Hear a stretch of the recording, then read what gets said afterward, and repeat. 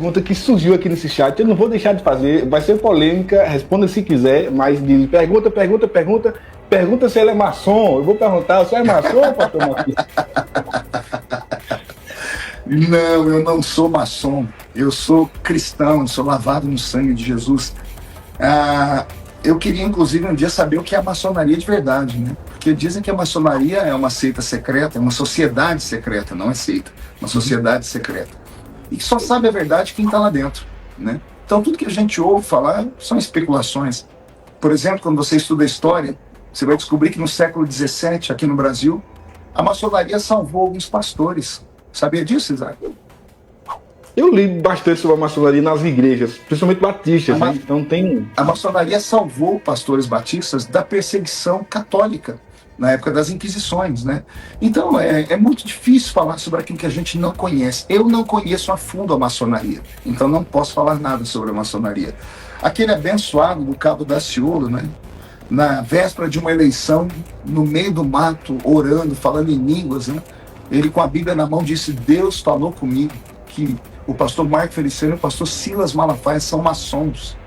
E muita gente acreditou, né? Porque ele estava lá num ato de oração, ele estava numa epifania espiritual, né? Cuidado com os líderes maçons que estão nas igrejas. Vou dar nomes. Dá nomes, Daciolo.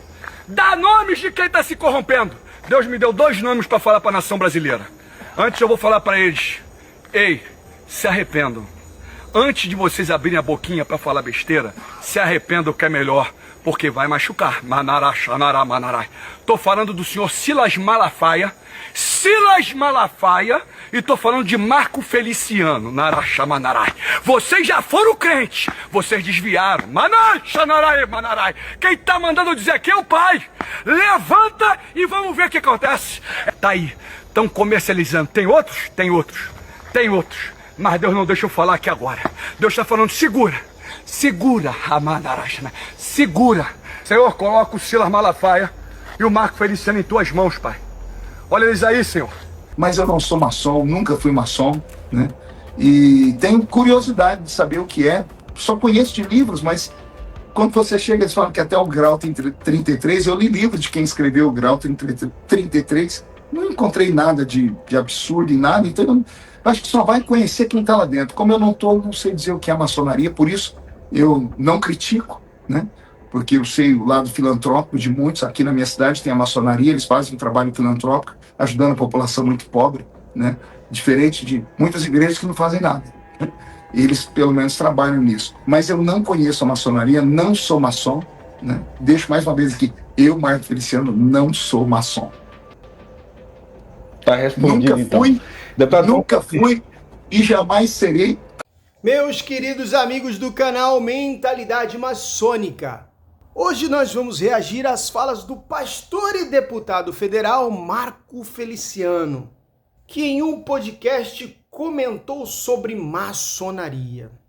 Uma posição no mínimo curiosa, em alguns momentos tímida, em outros momentos ali pela tangente, com aquela leve cutucada que passa despercebida para quem não está atento.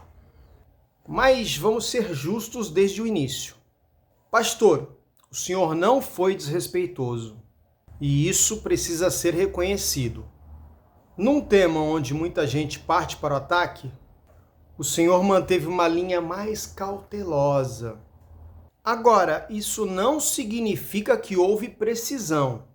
E é exatamente aqui que entra o nosso react. Quando o senhor responde com humor que não é maçom e que é cristão lavado no sangue de Jesus, o senhor não está só negando. O senhor está criando uma separação muito inteligente. E aqui vai uma observação direta, pastor. Essa fala não precisava. Mandou mal. Porque ela sugere que, ainda de forma sutil, que o maçom não compartilha desse mesmo referencial espiritual. E isso não é uma afirmação técnica. É uma construção de percepção. Em seguida, o senhor fala que gostaria de conhecer a maçonaria de verdade. E aqui eu fico pensando, pastor, Você gostaria mesmo? Porque o senhor está num ambiente onde existem membros da maçonaria, inclusive ligados ao Grande Oriente do Brasil. Ou seja, acesso não falta. Então talvez não seja uma questão de não poder conhecer. Talvez seja a questão de não ter buscado conhecer. Depois o senhor entra na questão de seita secreta, sociedade secreta. E eu sei que o senhor tentou consertar isso daí, mas eu vou explicar. Porque aqui, pastor, a gente precisa ajustar com precisão. Maçonaria não é seita porque não é religião. Nem um braço distorcido de uma religião.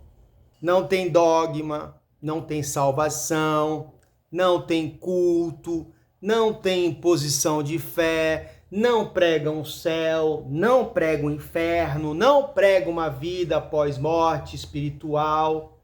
Isso fica a critério das religiões, não da filosofia maçônica. E também não é sociedade secreta no sentido literal. Até porque, pastor, ela existe publicamente, tem sede, tem membros declarados, tem literatura acessível, como você mesmo leu. E o termo correto seria sociedade discreta iniciática. E existe reserva interna? Sim, mas não existe esse cenário de ocultação total como muitas vezes é vendido por aí. E quando o senhor diz que só sabe a verdade quem está lá dentro, o senhor acerta em partes, mas exagera, pastor, na conclusão. O que é interno, pastor, não são os aspectos simbólicos e progressivos, mas história, estrutura, documentos e princípios estão aí para quem quiser estudar. Agora, pastor, aqui vem o ponto mais delicado. Quando o senhor entra na parte histórica e menciona a maçonaria no século XVII no Brasil, protegendo pastores batistas durante perseguições ligadas à Inquisição Católica. Século XVII, perseguição de pastores no Brasil, Inquisição Católica. Está meio fora de contexto, tá não? Pastor, eu gosto de você, mas aqui não dá para passar não. Não desceu. Não. Isso é um erro histórico claro, pastor. Faz isso não. Faz isso não. Cola aqui no canal que tu brilha. A maçonaria como instituição organizada surge no século XVIII. Na Inglaterra, em 1717. Século XVIII, não 17. E o protestantismo no Brasil se desenvolve muito mais tarde. No século XIX. 19, não é 17 não. 19. Ou seja, pastor, houve uma mistura de período aí que não se sustenta. E aqui não é interpretação, aqui é dado. É dado. Não, é dado. Mas seguimos. O senhor fala algo que de verdade eu valorizo, pastor. O senhor recua em dizer que não conhece a maçonaria a fundo e por isso não pode falar com propriedade. E isso, pastor, isso é uma postura que falta em muita gente. Parabéns. E aqui vai um reconhecimento sincero, de coração. Quando o senhor cita o episódio envolvendo o cabo Décio Rolo, meu Deus!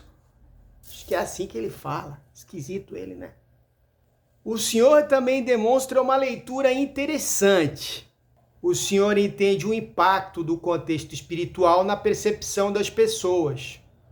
Não entra em confronto, mas também não valida cegamente, certinho. E pastor, isso mostra equilíbrio. Agora, interessante, né? O Décio Rolo lá, o cabo Décio Rolo, ele falou algo interessante. Ele falou que o Deus dele falou que o senhor era maçom e falou que ele ia ser presidente da República. Acabou que o senhor não é maçom e o presidente da República na época foi o Bolsonaro. Ele acertou tudo. Pois é. Revelação divina. Já sobre o grau 33, quando o senhor diz que leu e não encontrou nada de absurdo, isso mostra que houve um contato, mas ainda superficial, mas houve. E esse grau não é esse centro secreto absoluto que muitos imaginam, não. E aí a gente chega na parte final, que talvez seja a parte mais interessante de todas. O Senhor reconhece o trabalho filantrópico da maçonaria. Diz que existem ações concretas ajudando pessoas, inclusive fazendo comparações com igrejas que não fazem. Aqui o Senhor faz um movimento muito inteligente. O Senhor se afasta institucionalmente, mas valida socialmente. Isso é posicionamento. Isso é leitura de cenário. E quando o Senhor reforça várias vezes que não é maçom, nunca foi e jamais será, isso não é só informação. Isso é proteção de imagem diante do público que o acompanha. Está tudo bem, pastor. Isso faz parte do jogo. Agora, fechando com clareza, o Senhor acerta ao não atacar aquilo que não conhece. Acerta ao reconhecer o impacto social positivo e mantém um nível de respeito que precisa ser reconhecido. Mas erra em pontos importantes. Erra na história, erra em conceitos básicos e demonstra um conhecimento superficial sobre o tema. No final, pastor, a sua fala não é exatamente sobre maçonaria, mas é sobre manter o equilíbrio entre o público religioso e o ambiente público onde o senhor está.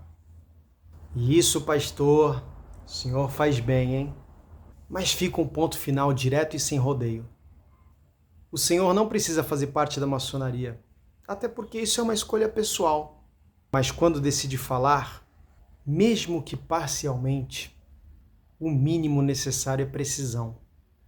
E é exatamente aí que sua fala oscila. Mas eu gostei. Parabéns. Deus abençoe sua vida, pastor. Pegou a chave? Abre a porta. Bora tomar um café.